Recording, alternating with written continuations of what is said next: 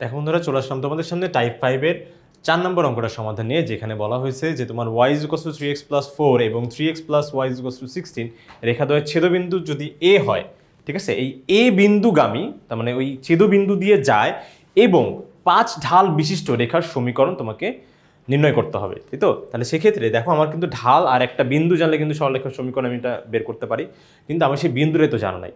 কিন্তু বিন্দুটা আমার বলা দিচ্ছে হচ্ছে কি বলতো, এই দুইটা সরলরেখার ছেদবিন্দু। তাহলে কখনো যদি আমাকে সরলরেখার ছেদবিন্দু বের করতে হয়, তাহলে অবশ্যই সমীকরণ দুইটাকে কি করতে হবে, সমাধান করতে হবে। এখন সমীকরণ সমাধান করার তোমার নর্মালি 3টা উপায় আছে, সেটা হচ্ছে কি প্রতিস্থাপন, অপনয়ন এবং হচ্ছে বজ্রগুণন বা আর গুণন। কিন্তু বজ্রগুণন বা আর গুণন এটা আমরা হচ্ছে সচরাচর ব্যবহার করি না, আমরা হয় প্রতিস্থাপন না হয় অপনয়ন দিয়ে করি। আমাদের সমাধানে এখানে তোমার হচ্ছে অপনয়ন বা অপসারণ যেটাকে বলে, অপসারণ পদ্ধতিতে করা হয়েছে, ঠিক আছে, যেটা অপনয়ন নামে পরিচিত। আর হচ্ছে আমি তোমাদের দেখাবো যেটা প্রতিস্থাপন পদ্ধতিতে কিভাবে সমাধান করা যায়। আমার কাছে মনে হচ্ছে প্রতিস্থাপন পদ্ধতিতেও তোমার হচ্ছে ব্যাপারটা অনেক সহজ হয়ে যাবে। প্রতিস্থাপন মানে কি, যে কোনো একটা চলকের মান অপর একটা তোমার হচ্ছে সমীকরণে বসানো। প্রথম সমীকরণ থেকে, যেমন দেখো প্রথম সমীকরণে তোমার হচ্ছে y = কি 3x + 4 বলা আছে, তাই তো? তাহলে এই সমীকরণের y এর মানটা আমি যদি তোমার হচ্ছে দ্বিতীয় সমীকরণে বসাই, তাহলেই কিন্তু ব্যাপারটা আমার হচ্ছে হয়ে যাচ্ছে। তাহলে দেখো 3x, দেখো এই যে তোমার হচ্ছে y এর জায়গায় কি লিখবো, প্রথম সমীকরণের y এর মান। তাহলে সেক্ষেত্রে প্রতিস্থাপন পদ্ধতি হয়ে যাবে। প্রতিস্থাপন মানে হচ্ছে কি পুনরায় স্থাপন, ঠিক আছে, পুনরায় স্থাপন।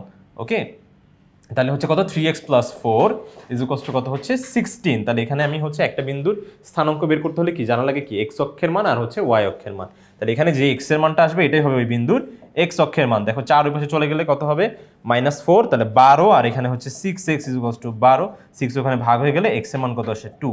এখন এই x এর মানটা আমি যদি 1 নং সমীকরণে বসাই দিই, যে x এর মান 1 নং এ বসিয়ে, ঠিক আছে, 1 নং এ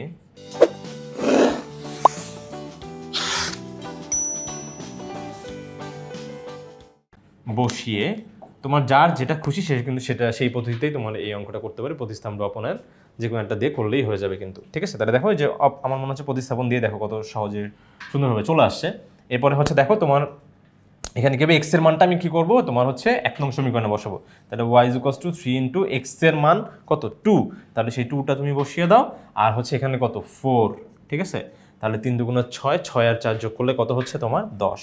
তাহলে y এর মান আসলো 10। তাহলে এই বিন্দুর স্থানাঙ্কের x অক্ষের মান কত বলো তো 2, আর y অক্ষের মান কত হবে তোমার 10, তাই তো? তাহলে হচ্ছে 2, 10। ওকে, তাহলে যে দেখো এই বিন্দুর স্থানাঙ্ক চলে আসছে। তাহলে যেহেতু আমি এই বিন্দুর স্থানাঙ্ক পেয়ে গেলাম, ঠিক আছে, এখন আমার লাগবে হচ্ছে কি বলতো, এই যে তোমার ঢালটা। তো ঢালটা হচ্ছে 5। তাহলে সরলরেখার সমীকরণ নির্ণয়ের সূত্র হচ্ছে y - y1 = m × x - x1। ওকে, x1 y1 হচ্ছে কি, ওই যে ওই সরলরেখায় উপস্থিত যে কোনো একটা বিন্দু।